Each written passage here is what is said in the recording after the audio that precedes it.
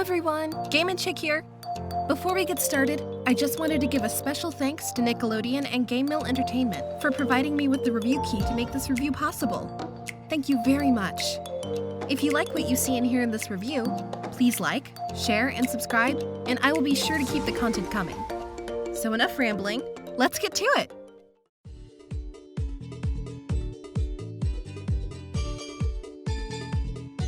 Nickelodeon Kart Racers 2 Grand Prix is an arcade racing simulator developed and published by Game Mill Entertainment. On its surface, to many people, it may just look like your typical run-of-the-mill, low-budget cash grab title for all the kiddies to enjoy. But I have to say, is it? Is it really? I'm not so sure. So join me and let's take a look at why this isn't just some generic Mario Kart knockoff, and why it could have a possible future impact on the inevitable release of Mario Kart 9. So, let's go! I can already tell that just by its name alone, Nick Kart Racers 2 is going to have a bad reputation. This is in large part due to the dominance and stranglehold Mario Kart has had over the industry since the 1990s, really. Sure, there have been games like Diddy Kong Racing, Crash Team Racing, and Sonic Racing. No, not the Sonic R game you just had popping into your head, the good one, Sonic Racing Transformed. But the thing they have in common is that no one has been able to take down the king. And spoiler alert, things don't change here with this game. I release you from the spell.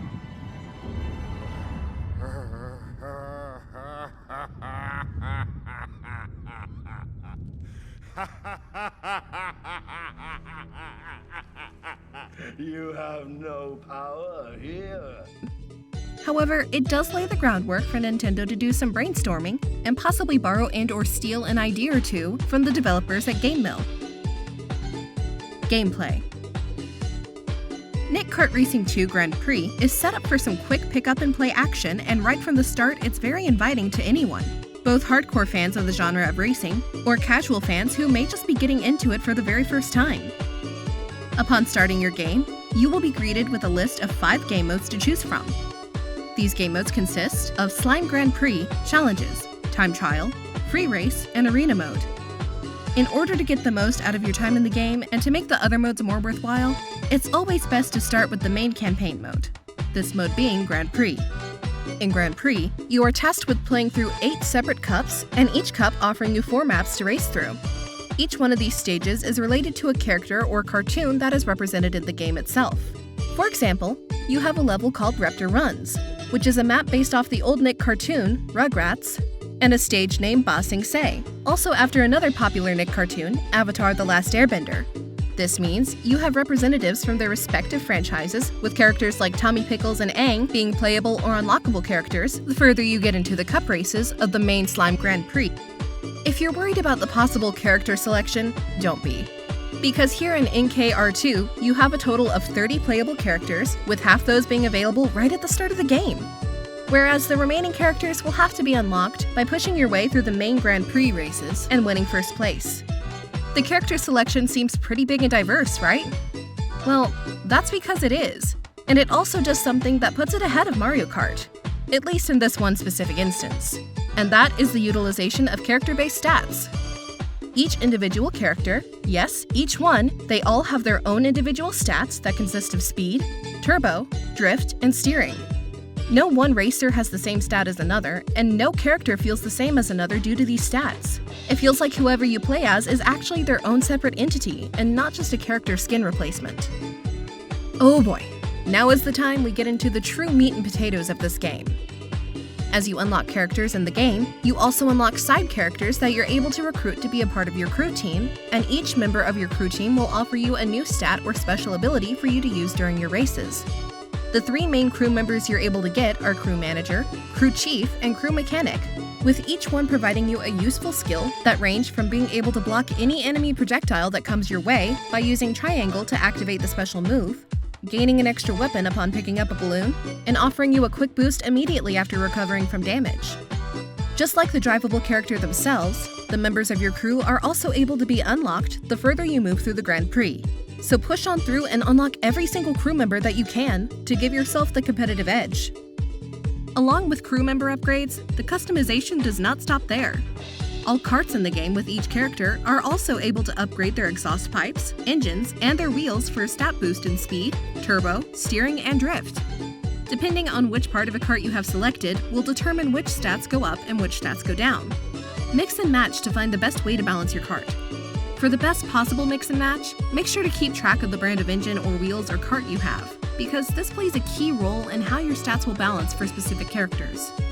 For example, a character like Arnold from Hey Arnold can be equipped with an engine piece that relates to the show he's from, thus giving him a bigger and better balanced racing kart, and the same holds true for everyone else in the same way.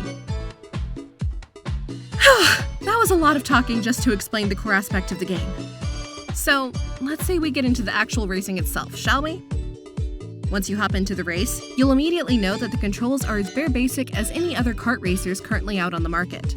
To move your kart, press R2. To drift and slide, you must jump using L2 and then rock your left thumbstick in the direction you wish to move. Now let me be honest, at first the drifting feels really awkward and not as smooth and fluid as a game like Mario Kart, but after playing 3 to 4 races, I got really used to how drifting felt in the game, so overall it's a small gripe. But you should get used to it very fast before it impacts your enjoyment. So I'm sure you're wondering, okay, that all sounds great and all, but where are the weapons in this game that you can use to defend against or attack another opponent with? Don't worry, we're getting to it. In NKR2, getting a weapon and just hitting another opponent isn't as cut and dry as it may seem on its surface, because some of the weapons to attack or defend yourself with come in the form of your kart's special ability that you gain from one of your crew members. This special ability is equipped to your triangle slot, which can be used at any point in the race as long as your slime meter is filled to its limit. The most efficient way to complete this task is to find slime coins hidden all over the main racing track or by driving through big slime puddles to refuel your meter.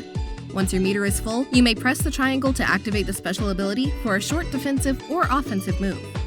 My go-to choice was Filbert from Rocco's Modern Life due to his ability giving you immunity to incoming attacks for around 5 to 6 seconds at a time.